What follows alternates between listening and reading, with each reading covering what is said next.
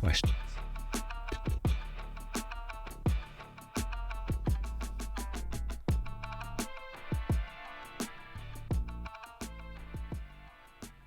What's going on, man? Hey, what's going on, Phil? Welcome back, guys, to another Late Night Green interview edition. And I am here, as always, with the Mr. Todd. How are you, Mr. Todd? Man, I'm doing lovely this evening. You are doing lovely? Yes. That's important. You know how much I care about how you're doing. Oh, my best buddy. Well, I'll tell you what, guys, we have actually a really good show for you tonight. You guys are going to learn something tonight and, about a journey. And you'll hopefully, before this is over, learn something about the industry and whether this is something that you might want to do. But tonight, let me introduce our special guest. Jon Cohn is joining us. He is the CEO, is that the correct? CEO of High Roller Dispensary in Atlantic City, New Jersey. Just recently, we've had an opportunity to go there as we did a news story there. We also interviewed Jon when we were there, and we actually did the news from the actual lounge, which we'll talk about here soon. So, A, welcome to the show. Thank you. And B, thank you for having us. We had a great visit there. And absolutely. We had a good time. So for today, what we want to do, Jon, is we kind of want to break down your journey into the cannabis industry and the business, because I know this is not your first stunt or rodeo, as they say. But I think it's good for everyone to really understand who we're talking to and what we're dealing with. So without further ado, tell us a little bit about, growing up and where you grew up and a little bit about your childhood. Yeah, sure. So I grew up in upstate New York, small suburb of Binghamton, which is already a fairly small city. It's called Vestal, New York. Grew up, stayed there until I was 18 before I moved to the Philadelphia area. I was an avid tennis player. I was always good in math, really not so good in history and verbal.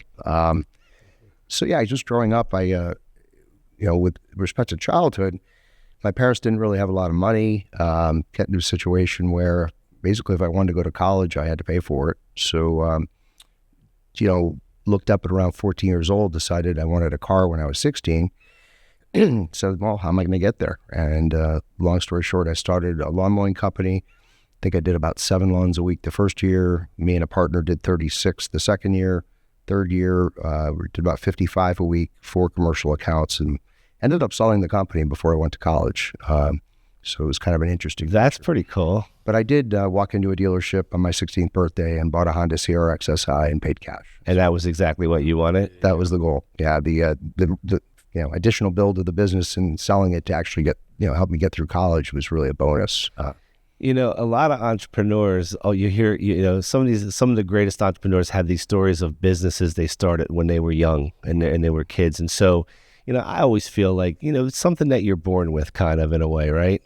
Hey, it's always like that. We had a friend in elementary school, cut grass all during the summer, never played. We're in 4th grade. Everyone's playing in the schoolyard, kickball, basketball. He's working. And we used to laugh at him. Oh, his parents never let him do anything. Well, he ended up having a big landscaping business, snow removal, and the biggest house out of all of us. Well, say, it started early. Had that drive. Yeah. I learned it from my grandfather. He passed away when he was 89, after retiring when he was 88 and a half. So it's just what kept him going. Did he have business? He did. I built a men's clothing store, big and tall store. Nice. And nice. So where did you go to college? Went to Penn State. I moved down to the PA area, worked for Pennzoil for a year. Then went up to main campus for 4.5 years, actually. Okay. And what was your major there? Well, it started as management, then it went to finance, and then quantitative business analysis, QBA. So it's kind of the closest thing to IT without changing schools. I was in the school business. Gotcha. And what did, when school was over, what were some of your options and what did you decide to do? Well, it was 94 when I graduated. So IT was just getting really, really big. A lot of programming, opportunities out there, which is one of the reasons I switched from finance. Getting out of college then with a 4-year degree in finance, basically going to be a broker at that point. You needed something, another 2 years if I was going to be an analyst or kind of what I wanted to do. So I went out, became an IT consultant. I had some options to work in-house at JP Morgan and a few other companies, and a couple consulting opportunities. I ended up working for Keen as a consultant. Thought process was that I would get a lot more exposure to a lot more companies and then kind of go in at a higher level. As soon as Keen heard that I got an offer from JP Morgan, they went and put me at JP Morgan for a year, and I worked for Keen at $4,000 less a year as a consultant.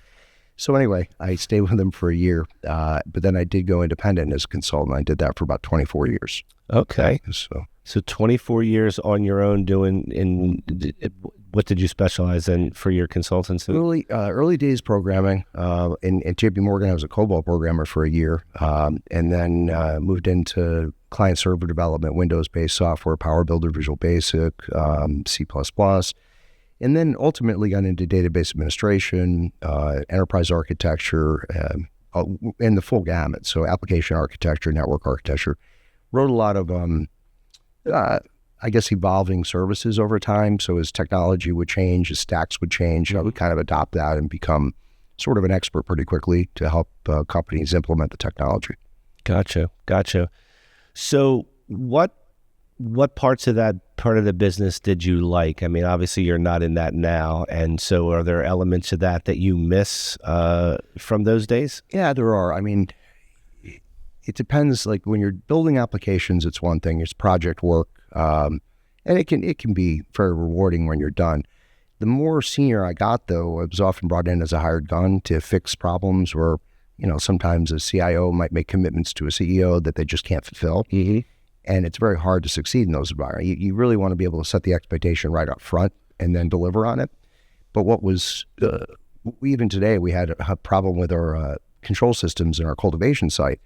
And I was the one that had to get the network guys to be able to speak the application language, and the application guy to not be upset that the network guys didn't know what they were talking. Right. Two different so you bridged that gaps. You bridged that gap, and so I guess you just kind of answered that question in the sense that you still find yourself doing some of these same things that you did before, maybe in a different way. I try not to, honestly.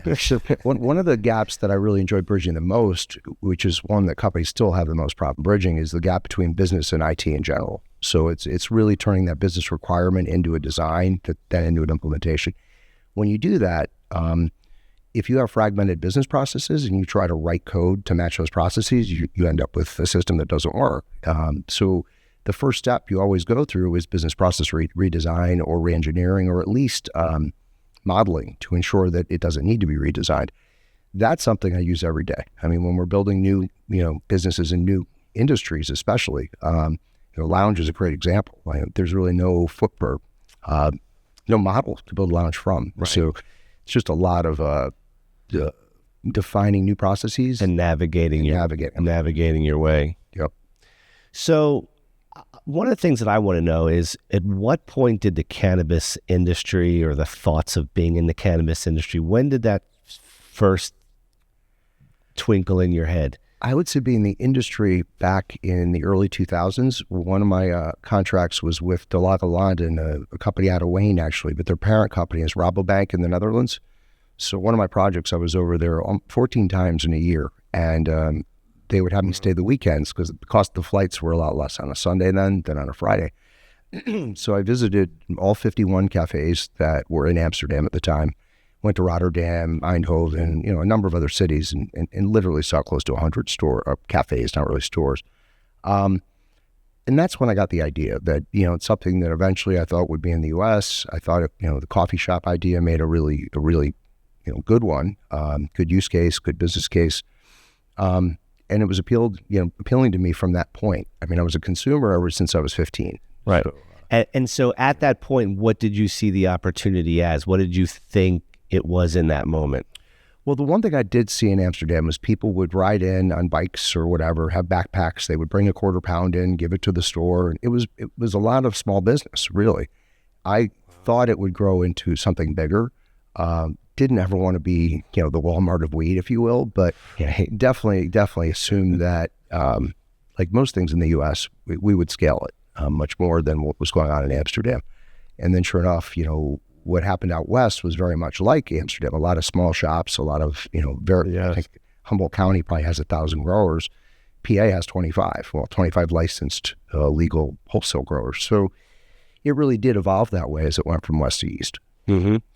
And so you kind of had this idea, and this was kind of still while you were doing your other thing. What was the distance of time between when this kind of like started to brew in your head and when you actually enacted on it?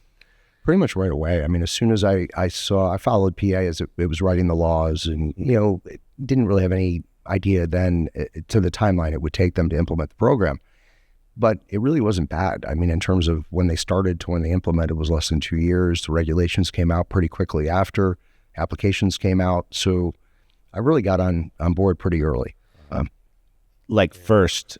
Well, I got in, I want to say maybe 3 to 5 months after some of the other people got in. So I didn't, we applied in round one. PA had 2 rounds for application process.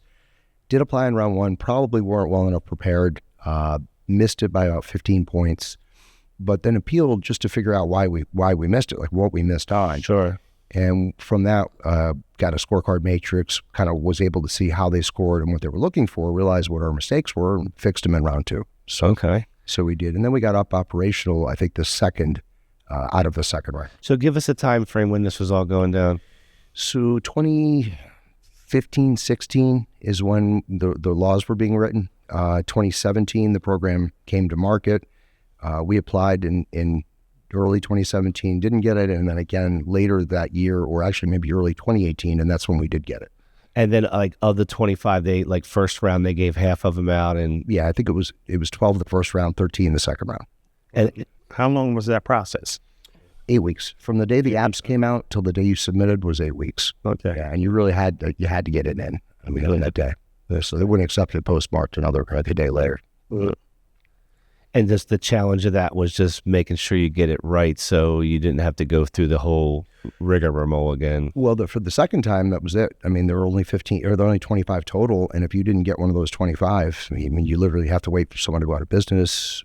And even till today, there's still only 25. There's still only 25. Yeah. Wow. And there's a clinical as well. They're different. We actually ended up with one of each. So do you know, with the pending legislation going on in PA, whether that is to be upped based on being able to handle recreational? Yeah, definitely. Okay. Definitely it'll go up. And do you know by we not don't? Yet. Okay. Yeah, definitely not yet. I think it depends really on what bill gets passed. Gotcha. And then sometimes they limit it in the law. Sometimes it's limited by the regulatory body, and sometimes it's not limited at all. So it just depends. Right. And we'll chat about that in due time here. So Agrikind was the licensed business for, it was cultivating license, correct? Yeah, in PA, it's cultivating and manufacturing together. So yeah, it was Agrikind. And then our second license was a clinical. That was Agronomed Biologics was the name of that company. And that was another cultivation manufacturing license that also had 6 dispensary licenses with it. All right, cool. So going back to the beginning, so what do those beginning days look like? I mean, it's the Wild West of a new industry, and so there's no manual. You're not given a manual as to how this all should go down. Like, what happened? Like, how did it go? It's very true. And it's interesting, the same point. He just like, I was a consultant, and all of a sudden 3 months after Java comes out, I'm an expert in Java. Same problem, right, in right. cannabis, right? Right. So, attorneys are coming out saying, hey, I'm a cannabis attorney, but, they were a utility lawyer three weeks ago. So, right. So there's just, not, and kudos to them because, they kind of got in, and that's how you learn. Yeah, you have to you make your pivot, right? It sounds like, you had an entrepreneurial drive from the beginning, which pretty much, the end game, right? And you say, how am I going to get there? And you meet that all the time. Yep. So, that's not easy, so there's a lot of people have a lot of ideas, right? Yep. And how do you take it from here, from an idea to actual business? Yep. And determination, drive, and, And reverse roadmap it. Like you said, you kind of have to know where you're going and then figure out ways to get there. Right. Not just kind of wander aimlessly forward. Or, you do that too. You bob and weave a little, but you got to be goal-oriented. Well, that's a huge stay on the skill because, Yeah, not everyone can do that. But so what were the biggest challenges in the early days? Was it just consistency, or was it staff, or? Yeah, in terms of operations, I mean, honestly, the application in PA was 1,294 pages, so it was extreme. I mean, in terms of what I put together and wrote. Damn. Well, that'll exclude a whole lot of people. Yeah. Lucky my soundboard's you're lucky my soundboard's not working right Yeah, really. I know I would have lost it. right? It was, Page 10. it was a mess. But you read well too. But we didn't even use an attorney to write the app. But we literally just submitted. Now we did have somebody proofread when we were done. But again, it's like, well, how can we entrust an attorney who doesn't know cannabis? And frankly, It's a crapshoot. figured it out. Yeah. But so that I thought was the hardest part until we opened the operation. Construction in PA, in retrospect, was much easier. I mean, obviously for us it was new. We didn't do industrial before. I had never done it. So, we had our ups and downs and challenges, but it was really not that bad. We were on time. We were on budget. Was it a big fit out?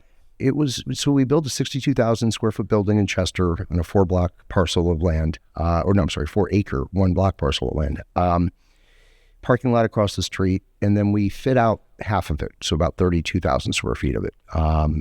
And it was the right size or the right bites to take, I think, because in the second phase, we fit out the rest of it. And we learned enough. I think if we did the whole thing up front, we would have made bigger mistakes. So we were able to correct what we didn't do right the first time around.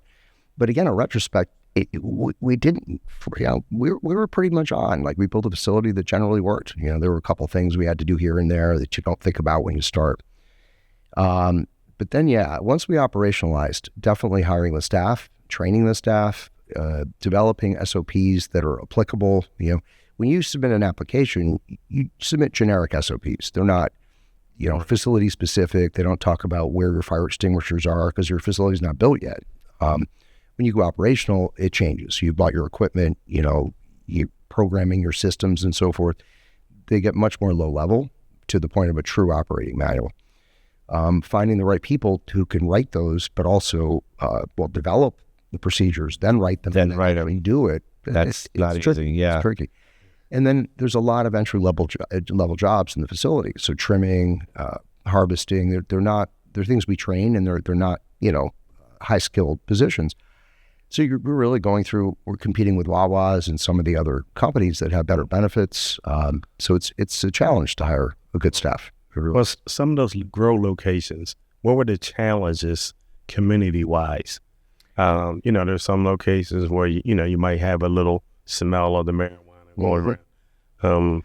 So it's an interesting question, because one of the things, the PA especially, when we did that appeal, we found out that we were in Pottstown originally. And, it's economically depressed. It's got a fairly high unemployment rate, but not apparently high enough. Just had to be Pottstown. Well, we like the name. We did like but it was also a very welcoming city. The economic development director in Pottstown really wanted to build business, and she's very good at what she does. But then when we looked at what the state requirements were, it wasn't an Act 47 region, which means we lost 25 points of that community section. It didn't have double the average state unemployment rate, because as people get unemployed in Pottstown, apparently they leave. So the unemployment rate's not as high. And there was, I think we weren't converting a brownfield.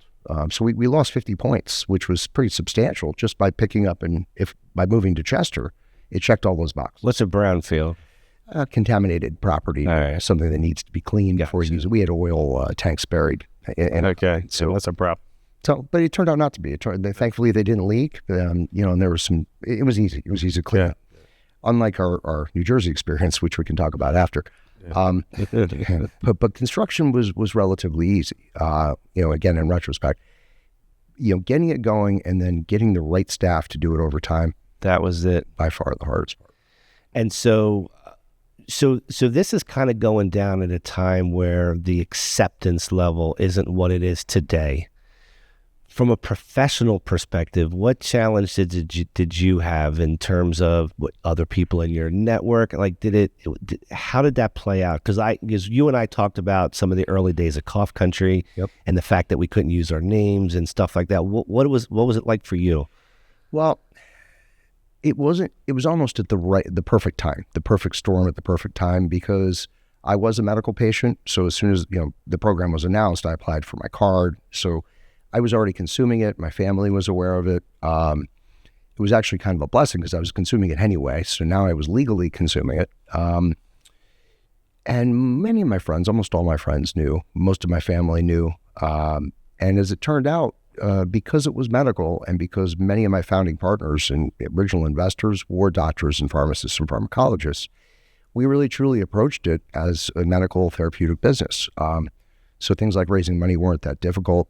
To get back to your question about community, Chester, it's a community that's really been hurt a lot by the war on drugs. I mean, the number of arrests for cannabis are very, very high. So it's yet another city that was very welcoming of it. That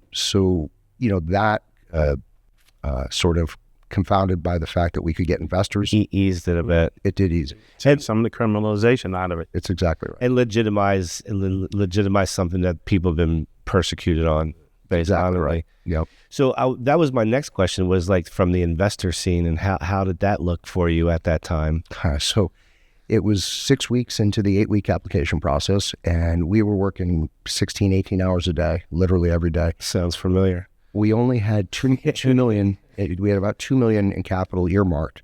A lot of that was pledges from myself and 2 other board members. So it wasn't actually money that we put in the account. And it was the type of thing where we really didn't want to put, it was retirement funds. So we really didn't want to use that money. But I walked into Ron's Original Grill in Exton to go buy 2 6-packs. Yep. And I bumped into my neighbor who lives 2 houses down the street from me, 4 miles from my house. Hadn't seen him in years. And he asked what I was doing. I told him, he goes, "Yeah, it sounds like fun. Let me help." Thank God he had 11 brothers and sisters. So talk about friends and family raise. Right?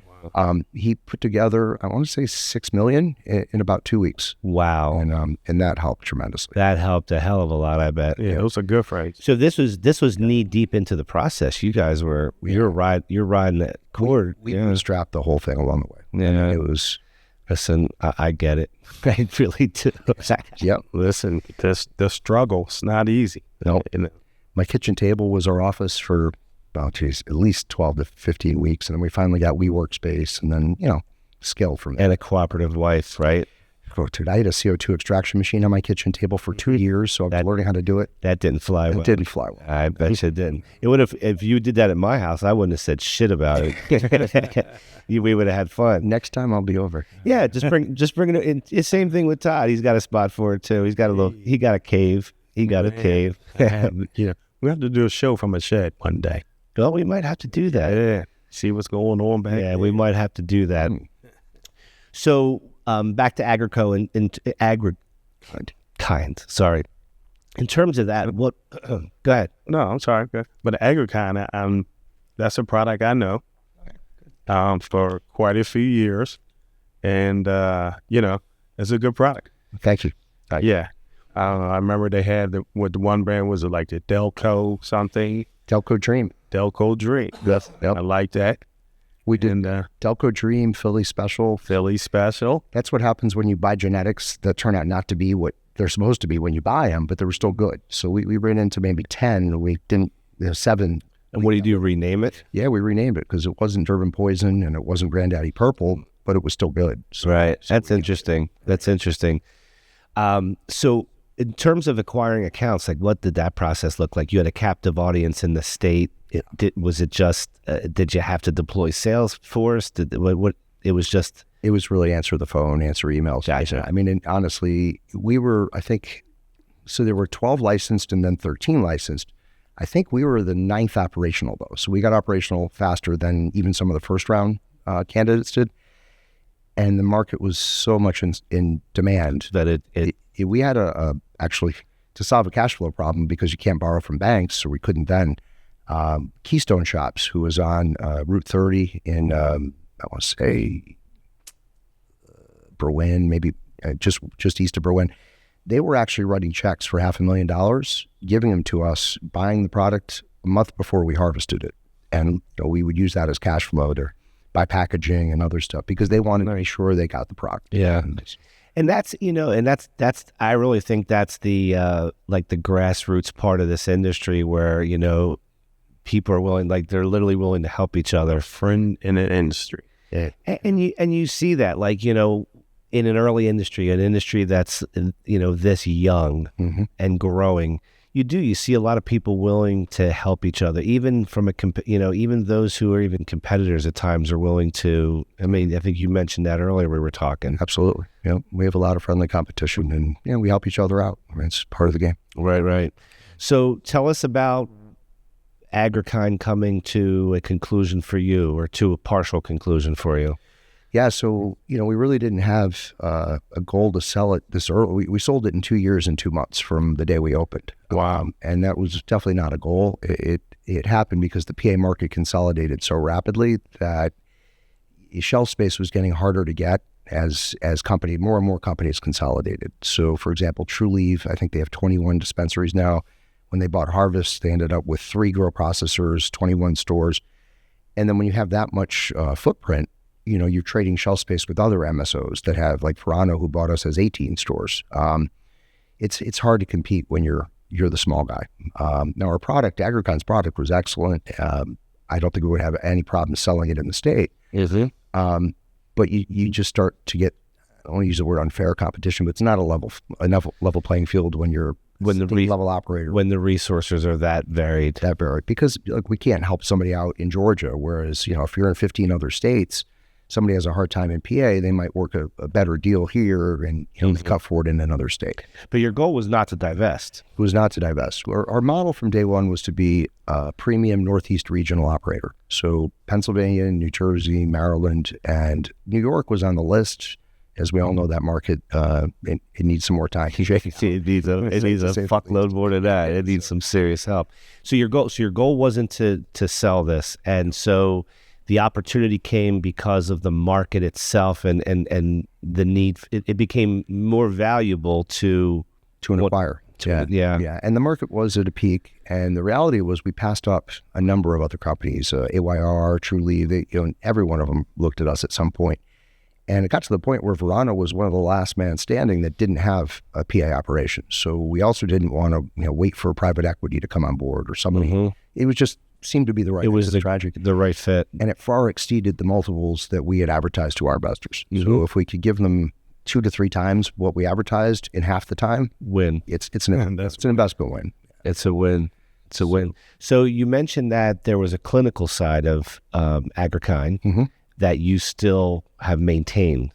We did. We didn't maintain the license itself, the grow and retail licenses, but when we sold to Verano, they really, at the time, weren't interested in medical really at all, and clinical research especially. They looked at it as a cost of doing business. So we carved that portion of the business out of the deal. We kept a master services agreement where we managed Drexel University in this engagement. Verano still funds the remainder of the contract, which is another 5.5 years. We get 80% of the intellectual property, and Verano gets 20% that comes out of it. So we view it as a great deal.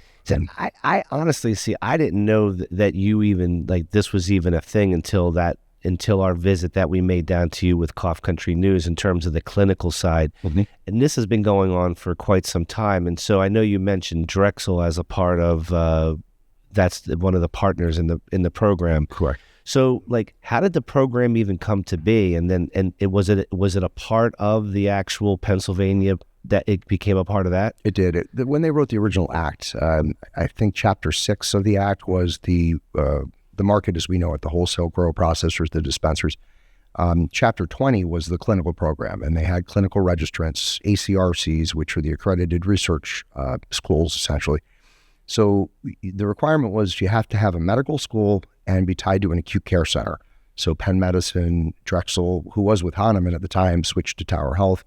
The osteopath schools, I forget all those. Jefferson's a big one. Penn State's another one. So they all joined the program. Then what you had to do was operators like us, you didn't have to be licensed as a Chapter 6. As a matter of fact, we were the only one that had both. You would apply, very similar application, but it had a third section for clinical. And you had to describe your research, your processes, what your goals were. Mm-hmm. And most importantly, you had to have a letter of intent signed with one of those ACRCs. So we went and got Drexel as a partner and University of Penn as a partner. You were allowed to have multiple. The CR process had 3 false starts. So round 3 of applications is what finally got people licensed. Prior ones, there were some accusations of pay to play. It was single ACRC with a single applicant, so there was no crossing. Kind of ruined competition, right? So it's like if you passed, you automatically got it. Right. So when we applied with Drexel, the Snyder family was our counterpart. So it was both us and the Snyders going for the Drexel, and whoever got the better score would have gotten the app. We did end up getting the better score. I think they might have got disqualified on the dispensary section, but either way, our score was pretty good by that time around. We ended up not going with Penn just because they wanted, frankly, 100% of the IP and 25% of the profits. And, our reasoning for doing it was the IP. I mean, You wanted again, believe strongly in the medical and the therapeutic benefits. Sure. So that would have been beneficial for you guys in further development of product. Yeah, either way, you're only allowed one. So we withdrew from Penn just to focus on Drexel. And then we did get the Drexel. And so that continues to today? It does. Yep. And when you guys, how does that work? You have to physically get the product to them? Is it? No, they don't actually touch the product currently. A few of them, like Jefferson, will actually take the product. So Drexel doesn't have a Schedule I license, so they prefer not to touch it. But we get involved in defining what the products are, ensuring that the patients get them properly via advertising, via pharmacist consultations in the dispensary. And then we help Drexel enroll patients in the studies at the stores. Gotcha. And then there's different software products that they use to follow up with the patients. So one of the studies is a patient registry study. So we literally just enroll them. It's not looking at any individual condition, but it looks at all of them and says, what are the medicines you're taking? And I think the first interview is about an hour and 40 minutes, and then every follow-up is 15 minutes every quarter. And they're compensated maybe $25 for each one. But we've got over 1,000 patients enrolled now, and they've been following some of these patients for 3 years. That's super interesting. That's a natural synergy and great for both parties. It is. And then the other thing, Todd, we always hear about, we're hearing lately about the rescheduling from 1 to 3. But, John, this is kind of a real life example on how that would literally change the game for Drexel, who doesn't have a 1 license. But when that gets rescheduled, that opens the door big time for them. Huge. So while it doesn't benefit me or you really in what we do, right, it does benefit programs and industry and programs like the one John's involved in. I don't know for sure that it wouldn't benefit you guys down at some point in the future, because one thing that I've heard rumblings about is that if it goes to Schedule 3, how else do you get your other Schedule 3 meds? You go to a drugstore. So who's to say that a GMP certified facility won't be selling to Walmart, Target, and CVS? But it defies every bit of infrastructure that's been built so far. That's correct, and that's where states will probably push back. But if the Fed has their way, that's kind of how they know how to do it. Well, the Fed doesn't give a shit about what the states did in terms of setting up, because they didn't approve it. They didn't approve it anyway. But didn't the pharmacy stop selling cigarettes? CVS did. Yeah, CVS did. CVS, because they're a health. Their health, and that's where I think you will see it, because it's a very hard thing to regulate a plant. So in the consistency aspect, I don't know that you'll ever get it that consistent that it could be. You watch, CVS is going to try to sell weeds. Bullshit. We're gonna call them out. We're gonna cut that out. Yeah, we can't do that. So I guess let's talk about this the changes with Agrikind happened, and I guess let's talk about how High Roller came to be, and when in the process did that become a conversation, and what did that conversation look like? So in New Jersey, when we applied in the first round of personal use, which is adult use, they had a moratorium where you couldn't be vertical in the state until February of last year. So we knew we wanted to be vertical just from our experience in PA. And so we worked with a couple of other investor partners that we had. A couple of them really wanted to get into the dispensary business. So we applied with them for the dispensary. We could only own a very small percent of that. They had to own the majority, and they still, because they're a minority-based company, have to continue to own it for 2 years from after we open. We have a buy-in plan and a schedule that'll take effect at different points, and we do operate it on their behalf. Agrikind is what we applied for ourselves, and that is both for a cultivation, and in Jersey it's a separate manufacturing license. So we did get both of those early on. So the dispensary side was handled completely different than the manufacturing and processing side that you have as well. Differently, especially with entity structure and ownership. Gotcha. So we technically don't own 51% of High Rollers. Gotcha. So not yet. But you have provisions to do that. And so when did that happen in the journey? Like what? We applied for cultivation manufacturing first, and immediately after. Was it simply the fact that New Jersey was moving in this direction that created your interest? Well, yeah, it was always part of our business plan. Okay. To go into Jersey. And originally, I guess when the apps came out, my non-compete from selling to Verano was PA medical only. So I could go into Jersey or any other state.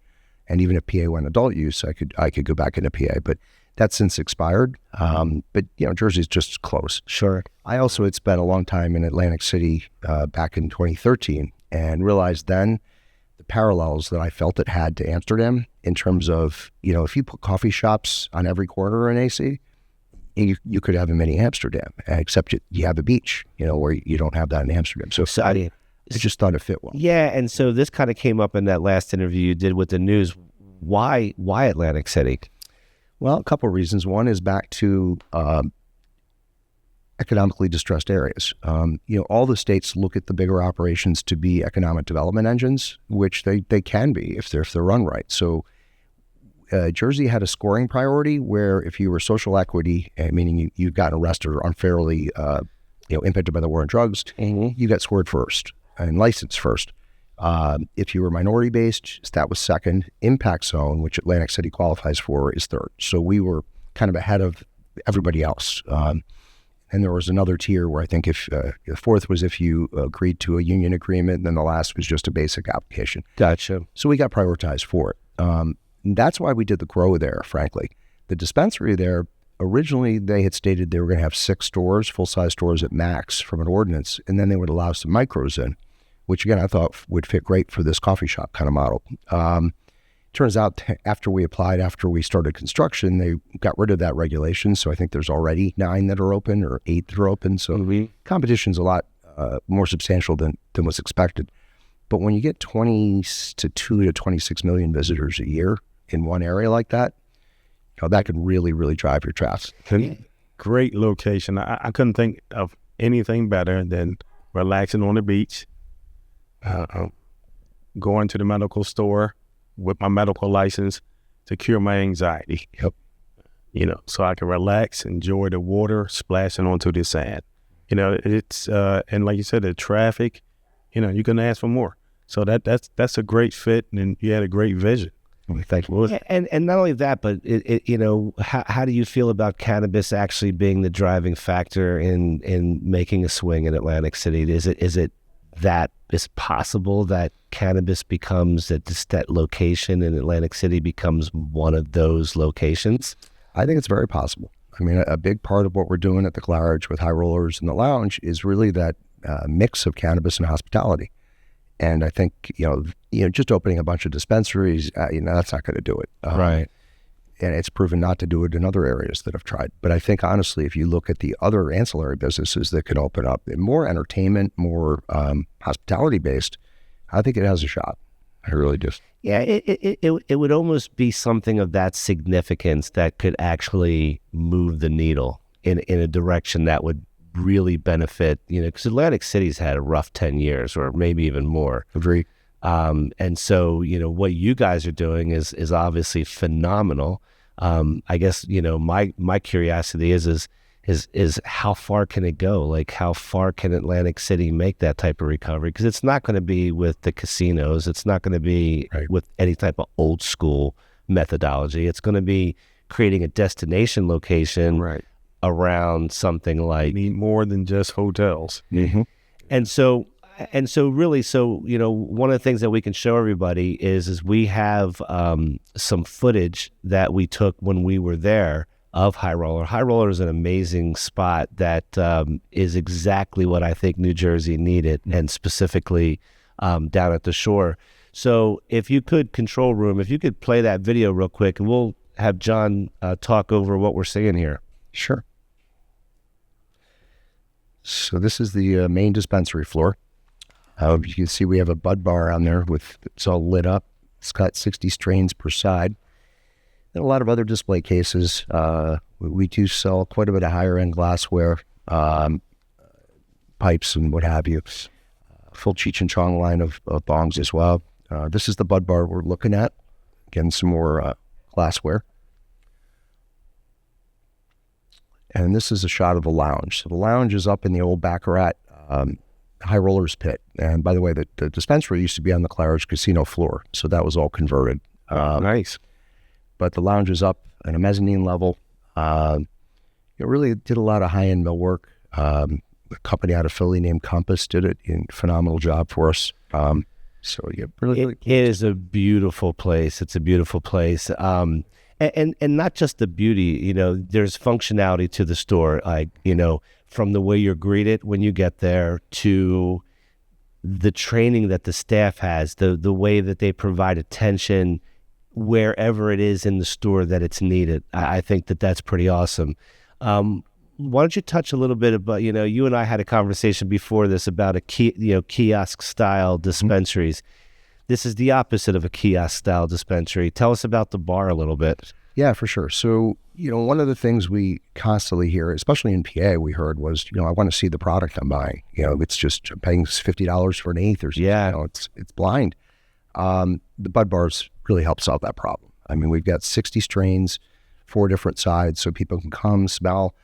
And then to your point, the staff is critical. They're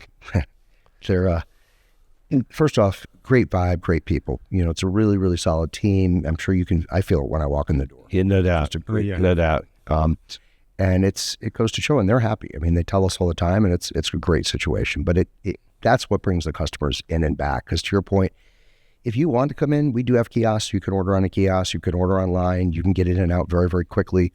One of the things we did different from most stores is we have ordering stations at the register as well as kiosks. And then we have fulfillment stations. And it's all orders are fulfilled in the back, in the vault. And what it does is it doesn't keep the customer standing at the counter for 20 minutes waiting there to get their order. And creating lines. And then clogging lines from people who come in just to do a pickup, who have already ordered. Some of them have already paid. They just want to pick up the product. And listen, they're still shopping while they're waiting. Correct. So it gives them that decouple point of, okay, I ordered, now I wait 3 minutes. Let me look at some glass. Let me look at something I didn't come here for, right? How about it? And what's astonishing is, and I didn't expect this, is that we actually sell as much glassware as we sell concentrates. Really? Yep. Wow. Yep. Which I would have never expected. And probably not the same percentage that most stores can, actually say that, because it's usually not that. I was very surprised. That is surprising. And I'd say there's not a day that goes by that we don't sell a T-shirt, at least, some a sweatshirt. And again, that's super encouraging as to the fact that now, they see it as a destination location. They had a great experience. Let me get something to remember that with. Because listen, whatever we get to smoke, that's going to be gone in a few days, right? You always need a piece. That's right. Yeah, you always need a piece. So that's super interesting. Yeah, I really enjoyed it there. Thanks. Just like a behind the curtains type of thing. What's it take to manage that bud bar? Like, so you have to put you have many different strains that you guys have in stock, and I'm assuming that there's some rotation of that. And then how do you keep that? Like, it's not that you have to keep those samples fresh, but from a smell perspective, you want them to still have some life to it, right? Yeah. So how do you do that? You do. So we use Bovita packs. They're humidity packs. Familiar. And the way they're built, if you saw the bud bar, there's a little plastic thing that the buds sit on. The Bovita pack goes under it. Yep. So it's kind of meant for it. Yep. They stay good for 2 to 3 weeks before they really start to dry out. Fortunately, most of the growers supply that flower for us, so we're not taking it out of our inventory and putting it in. So they're giving it to us as samples. Because if you think about it, it's advertising their product. Yeah. Some stores actually charge to put a vendor's product in the bud bar. So like a slot fee in a grocery store. Exactly. Yep. Yeah, I'm sure those days are going to continue to expand. I'm sure at some point. But it's kind of interesting that they're as willing to go ahead and participate in something such as this, is to go ahead and to give some free weed so you can display it. It kind of makes you want to wonder why nobody else is doing this when it's available to them. I've had people say to me, "You're not allowed to do this in New Jersey. You're not allowed to do this here or there." And the reality of it is you don't want to do it because you don't want to take the expense to do it, because you feel like, because you sell weed, that everyone's going to buy it no matter what. And those days, I think those days are limited. Well, I'll tell you, I mean, you can walk on the boardwalk and someone will bring a pound out, open it up. You can smell it, touch it, taste it, probably even try it if you want, right? We're competing with that. And I had that written down because I remember you telling me about that when we were out. And it's like, it's crazy that people are just walking down the boardwalk with the THCA bud and they're just selling it right there when, it's taken these guys years and millions to put together what they've put together. So how do you deal with that competition? So you have the guys, right? You have people out there usually buy from their people. Like right outside the damn door, right? Right. You buy it from your friends local, and they continue to do that because the price is right or the weed is good. How do you deal with that? How does it affect, the legal business? It does affect it. The reality is we don't deal with it because how do you deal with it? I mean, to be honest, what we see is it's often a different type of customer. So, I get news posts all the time, California, outdoor. You really have to be careful of outdoor grown weed because if it is outdoors, there's a good chance it's got pesticides. And that's how to keep it looking well.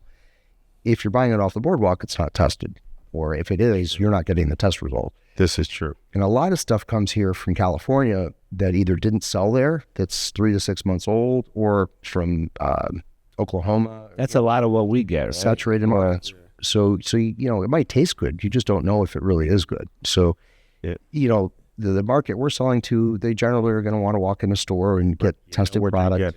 And some of them need the education too. Well, and the demographic is important, like you said. Right. Somebody that's 40, 50 years old, someone deal the street. And it's been a game changer for women. Because women don't want to go to some dude's house to pick up whatever they got to pick up. Well, the other thing too is many adult use users are really self-medicating, right? I'm one of them. Been using it since I was 15. Amen. I want to go back and get consistent product. So if I go to the boardwalk, it might smell great today, but I go back tomorrow, it's different. This is true. And for me, when I go get the strains, I want garlic knots, or I want Agricine lemon dog cookies, or having that consistency is what differentiates even Agricine from other growers. And listen, exposing yourself to it once or twice or 3 times starts to develop, hey, I would rather go in this direction because I actually know I had this 2 weeks ago or I had this a month ago, you know what I mean? And it becomes consistent. So that's pretty cool. And again, kudos to you for what you've done with the dispensary. So tell us about the part of the tour we did here where we saw it connected to, or maybe we should even take a step back and talk about the relationship with the Claridge, because that's an interesting deal that you put together. And, we're talking about a city where the casinos are dying, and when the casinos die, the hotel rooms die. Mm-hmm. And you really created a pretty interesting idea that is, in my opinion, a win-win, like across the board. Tell us a little bit about that. So, as we were discussing earlier, one of the visions we have for the future is really this mix of cannabis and hospitality. So it's not just that, you're home smoking in your living room and you're watching a movie, but maybe you want to go out and play arcade games while you're consuming, or go to a spa while you're consuming, or, just be social, hang out in a social setting with others who are consuming. Mm-hmm. And, the visions, where do you do that? And Claridge just made a lot of sense for a number of reasons. Number one, they don't have a casino, so there's no violation of federal gaming laws with local, or even state gaming laws with local, with cannabis. So whereas many of the other casinos, right, they can't have them, at least not yet. Claridge itself was struggling a little, and still is, because Bally's is next door. They're connected. They're putting $100 million into their rooms to redo them, and they're already, currently they're running them at $39 a night on some of the slower nights, whereas Claridge needs to get more than that just to cover cleaning costs and what have you, because they don't get gaming revenue. Sure, there's no supplemental revenue. So they're really, it's tough for them to compete. So for them to leverage, cannabis consumption in the hotel, in rooms, in specific areas that we can maybe do private membership clubs in, and our public lounge, which we're in the middle of getting approved through the state now, really brings a new vigor to Claridge that didn't exist before. And that's, and the ownership is they're good business people, and they're looking at it from the real estate investors, but at the same time, how do you increase the value of that property? And so I'm sure they've been quite pleased so far with what they're seeing from you. Well, we're paying our rent, so but beyond that, there's some vision there, I'm assuming. Vision, plus we put a lot of money into a hotel that we don't own, and so we're in discussions with them about doing some future joint venture partnerships. that we would essentially maybe buy into a portion of the hotel, or really become more true partners. So we can, we're aligned. Not only that, but it allows you to start to explore newer parts of this industry from a hospitality perspective that is, we all know, is a part of the future of what we're all part of here. Yep. Interesting. Tell us about the lounge, because I know, from what I understand, this could be the first public consumption lounge on the East Coast. Yeah, I mean, I guess licensed, that would be true. It really depends how quick they could turn around the response to the application, which we're probably early next week ready to submit. It was actually more, we thought it was just a letter you'd have to write, because they describe it as an endorsement that you would get with your retail license, but it's a sub application. It's, it's got 10 sections. They want your SOPs, so we're close. But yeah, it's about 3,000 square feet. As we saw in the video, it's done high end. It's beautiful. It's now that particular one, it's definitely geared toward high end. I mean, it's got high rollers flair. Just as there's the area that's a mezzanine over the dispensary, there's also a floor right below that, which is kind of like a floor to the street, Indiana Avenue.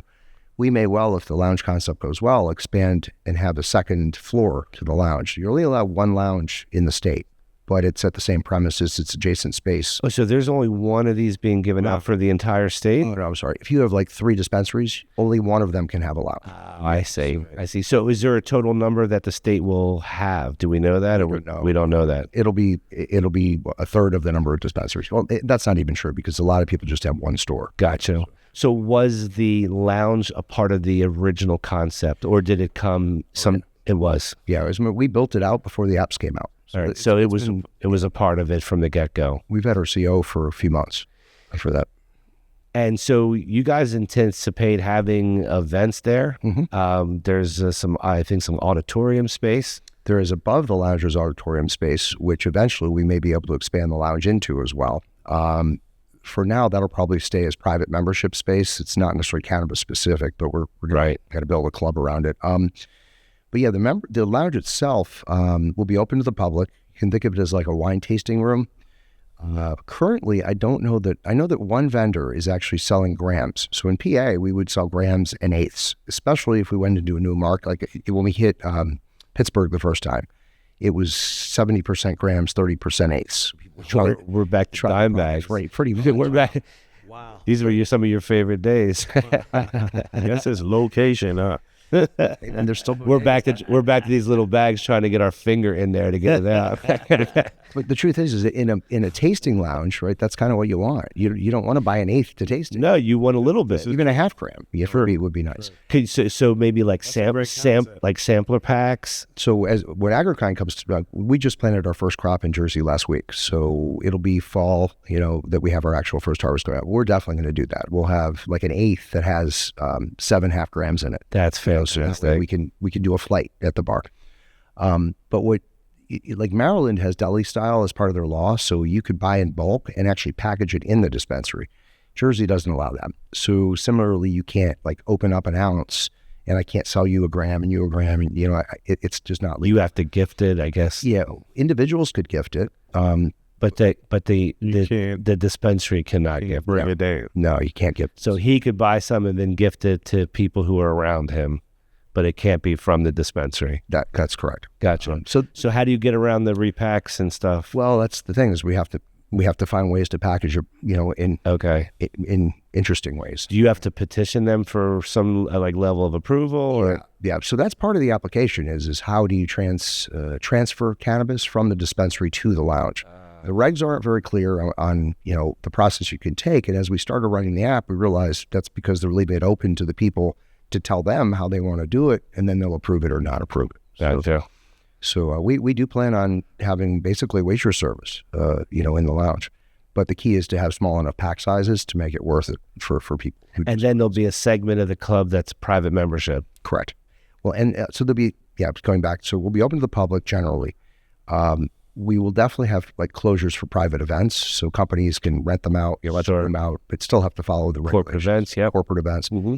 Vendor pop-ups where suppliers will come and they'll rent the room for parties, or they'll host a party, and then at that point there are ways that you you can gift cannabis legally. You're allowed to possess. You're allowed to buy an ounce at a time.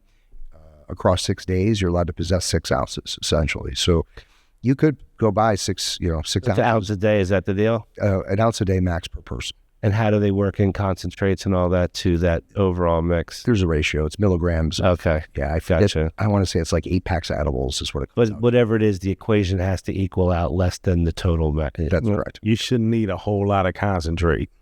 That's true. Sure. It's not an ounce. Should be good. But Sure, but sometimes there's a deal, or sometimes there's something you like and you want to get, an extra 1 or 2. this is true. Your favorite strain. This is true. That's right. So, what's next? Like, you're anticipating some licensing still this summer for the lounge. For the lounge, yep. And we built out our cultivation. We didn't build out our manufacturing yet. This was supposed to be an interim facility. We ran into some construction issues with our bigger facility there. So we held off manufacturing. We're going to go ahead and implement that in AC. So that'll probably be hopefully out by the end of the year. All right. So, in terms of other High Rollers dispensary retail locations, what should we anticipate in that? Remains to be seen. So part of it is how well the hospitality model works with High Rollers. There's probably only a few cities that lend itself well, like Vegas, to some like High Rollers. And honestly, we don't have a desire to leave the Northeast in terms of operations. If the model works very well, we may take the hospitality business a different direction. But that would, when you say different direction, that would include staying in Jersey or possibly beyond Other that. states too. I mean, we would look to potentially franchise that, but open up more company stores first. And do we see, obviously hospitality is going to continue to be a big part of this and grow, but do you see this in terms of the lounges connected to the dispensaries as being one of the big ways that's going to happen? Or is there opportunities for, freestanding lounges that don't have dispensary operations to get in the game? Right now, so the answer to your question is I would expect it for sure. I just don't know when. Right now, Jersey's regs are very restrictive and it's nearly impossible to do it there because we looked at it and we actually decided up front, like we were thinking about keeping it private and going that route. But then you have the Indoor Clean Air Act and, smoking restrictions and things like that inside that you have to combat. There are some states, Pennsylvania, you can open a consumption lounge right now. We could open one right here if you'd like, but you have to make sure they're carded when they come in. For medical cards. So that's legal here now. Yeah, well, there's nothing prohibiting it. So, like Polish American Club in Goatsville was talking about doing it. So any kind of private club, you could theoretically do that. He's talking about my old hood, the hoodie hood. Yeah. So, all right. So let's talk about a few other things real quick. One of the things that we talked about before was this whole THCA thing. We were down at Atlantic City when we saw you, but we also had gone to the Champ show there. And I was surprised. I've been to many of these shows over the years, hadn't been over the last couple of years, but I was surprised to see how much of the show was derivative based. Yeah. And, what's your thoughts on that? And what do you anticipate in September with the reworking of the Farm Bill? Well, I was shocked too. That was the first Champs conference I've ever been to, and I couldn't believe the amount of. I couldn't either. And it dominated the show. I've never seen, and there's companies that you see at every one of these shows that weren't there. Mm-hmm. So it's changed. It's changed. Yeah. So so what I expect to see is them to probably close the loophole. I don't think they intended for that loophole to be open, and I'm not sure that it really is open. But I think my guess is they'll try to shut it down. And that is really kind of a massive thing because this has grown into such a part of the industry. It's kind of it's kind of what this would look like if we weren't in a regulated market. This is kind of what we're saying. They clearly don't like it. People like you don't like it because you guys have gone through the proper channels to do this.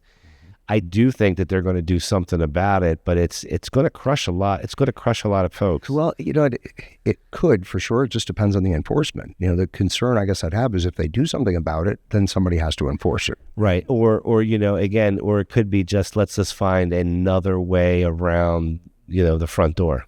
Yeah, it's almost like what you see in New York. I mean, when you get away with it for so long, it's very, very hard to turn it around. Mm-hmm. One of the angles they can go at too is, that's an avenue for the younger people, might not be old enough to go to the medical store, the recreational stores, right. and say, hey, I can order online, get this stuff. But there's a difference, but it's scary, because you don't know. You're making investments in an unknown environment, and that's typically what you don't want to do from an investment perspective, but yet you're forced to do it because we're dealing with, in essence, the very beginning of a very lucrative industry. Mm-hmm. It's true. Super interesting.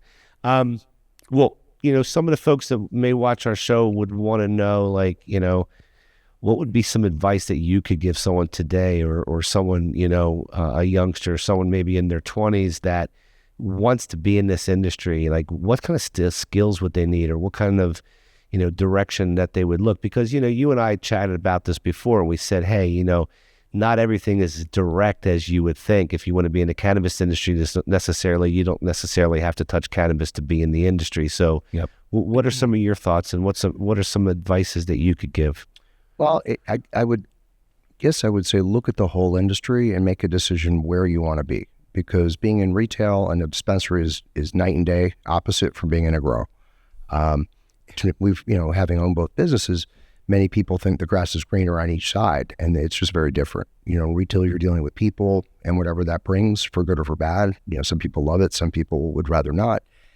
In cultivation, you're dealing with plants and also people, but in a different level. But it's very much industrial. It's very heads down work. It's how much production per hour am I getting out of trimming and what have you. So it's not an easy job. It's really not. Nor does it carry some of the glory that Correct.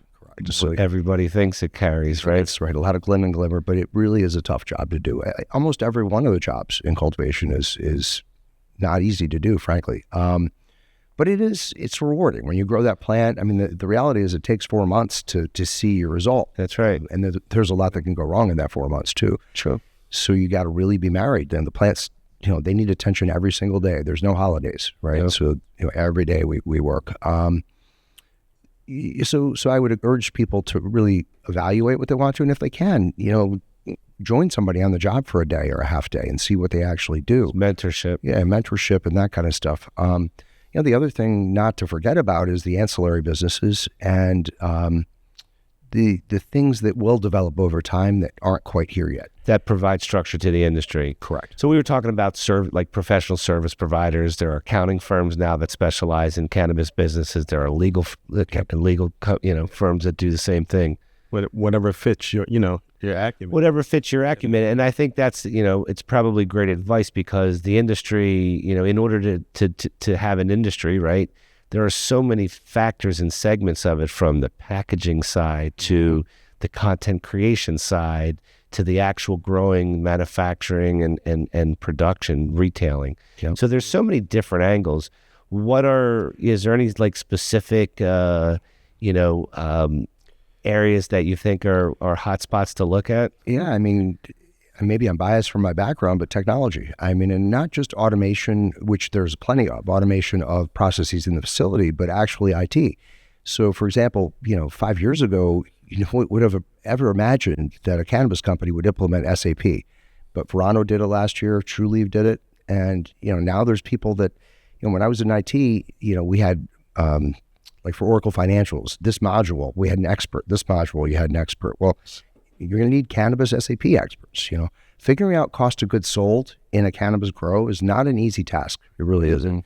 You got to know when your food was received. You got to inventory all of it down to the day. Yeah, you're just not buying it and understanding, it cost me this and that's my cost. It's managing it. It's a process, and there's a lot of hard to quantify things along the way that you have to make educated guesses on. Yeah, right. And that was constantly the answer 4 years ago from the audits that were done when we sold. Well, that's good enough. That's the best you can do. Frankly, it's not the best you could do in any other industry. I think the standard's going to get a little higher in this industry. Is there anything that, I'm sorry, Todd, is there anything that you see in terms of like AI, in terms of helping the production of growing, things like that can help you guys? I'm sure there is for growing. We're actually looking at AI for medical research, for clinical. And that's where it can be hugely helpful because there's so many variables that you're dealing with. Statistics is an obvious element that you have to use, but AI can help make that a little bit more user-friendly. Right. And we are definitely looking at that. And for formulation development, specifically around the R&D. New strains. Not so much strains, but extracted formulations. I see. So, the strains can give you the full set of compounds that you're looking for, but then you typically extract then to tailor a result that you want. Exactly right. What question? I interrupted you. With all the hard work and dedication it takes to be an entrepreneur, what advice would you give people, to going into an industry and what to look for? So, we don't like to have a very heavyweight corporate structure, but I do think it's important to have values and set your values for your company because then you're hiring people with aligned values. So we did set ours. Entrepreneurialism is one of them, actually. Cooperation, responsibility, accountability, and learning. Those are our 5. And they all mean something. Learning, don't be afraid to make a mistake, but make sure when you do, you look in the mirror and identify you made a mistake, right? That's how you learn from it. Responsibility and accountability, we require both, and they're different. They actually are different things. And that creates you can delegate something and that person owns it. That person will bring it to fruition, helps you scale, right? Cooperation, same thing. We're helping each other. We're learning stuff every day. If I can't handle something, you could take it over or vice versa. The others are pretty self-explanatory. The other thing I look for is a couple traits in people. Integrity is certainly one of them. Drive and work ethic. Because honestly, aptitude is important to a degree, but even if they don't have the aptitude, there's other things that generally somebody can do with skills. What we find in this business, especially for cultivators, is we would rather train them than hire cultivators that grew in the basements for 10 years. Yep. And the reason is they each have their own way of doing stuff. You don't want that. You want it your way. SOPs. Consistency. There's 1,000 right ways to do it, but we all want to do it the same way. So that's just like in industry, anything, you want to train them yourself to your processes. Yep. For that. But it's interesting because what you're talking about are old school characteristics that we all have looked for many years when we want to hire somebody, right? Nothing different. Nothing's different. So, the integrity and the work ethic, these are the things that people have had that beaten in their head for years. True. All that's true. And none of it's changed. None of it's changed. I mean, the one thing I would say as a sort of a secret sauce is I try to hire people that are better than me at specific things, right? So there's always the boss that hires people that don't intimidate them so he doesn't look bad. Yeah. To me, that's not what you need in this. If you want to scale a business, you can't do that. No. Maybe you should work in an insurance company, but I did that. That's the only reason but it's definitely, to me, it's like you have an insurance company here, you can go die at your desk and they might figure it out in a week. Right. The entrepreneur side is the opposite end of the ship. And the only way you can get there is with a team that helps you scale. So it's people are the most important thing. And listen, you don't have to be a stoner. You have to bring good, solid human being skills to the table. That's secondary. Yeah. You don't want to come in stone when you're trying to work. Do you get people to come that just don't smoke at all? Well, we drug test just to make sure you smoke. Yeah. And you know what? He heard my proclamation I'm about to make, but we're going to have a proclamation here. It's going to be just about that. We are going to test ourselves here, and you're going to have to fail to get it. Just one quick question. And if we think you're lying, we're going to check your hair. And there you go. We're going to make sure. No, it's not untrue, but I'll tell you, for certain positions, it really is helpful if you understand knowledge. Knowledge to have it. I mean, certain positions for sure. Yeah, I got you. How do you maintain a work-life balance? You spend a lot of time thinking, working, moving, meeting, traveling. How do you maintain, work your life at home? I never have, honestly. It's probably my biggest weakness is that I'm just not good at that. So, listen, when you're trying to get something done, I mean, it's good to have that balance, but at the same time, like there's stages and parts of your journey where you just can't take your eye off of it, right? Yeah, it's true. It's true. And it's hard. It's not the easiest thing to do. It's easier to do it if your kids aren't like really tiny. And so, True. timing that out and choosing when in your life you're able to put the 18-hour days in, I think that's important too. Because, knowing you want to get into something, but knowing when to get into that fits your lifestyle so you can have a little bit of balance is important. It is.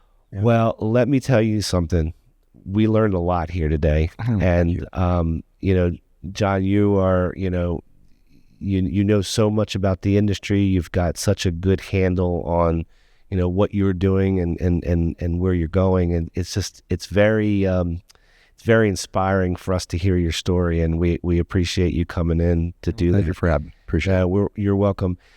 So everybody, if you guys are in Atlantic City and you don't go to High Roller Dispensary, I don't know what you're doing, and you guys got to get in there to see the spot. It is a beautiful spot.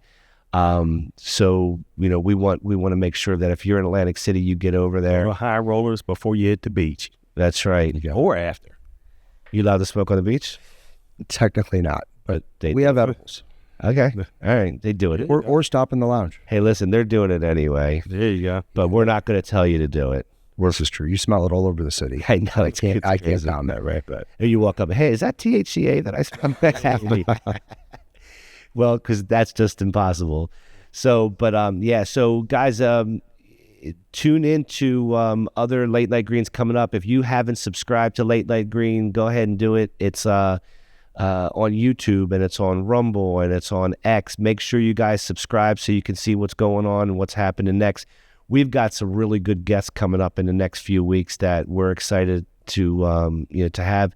If you guys want to be on Late Night Green, there's a late night portion of the show that we do. If you want to be on that show, make sure that we'll put information in the description of this video so you guys have a way to join us.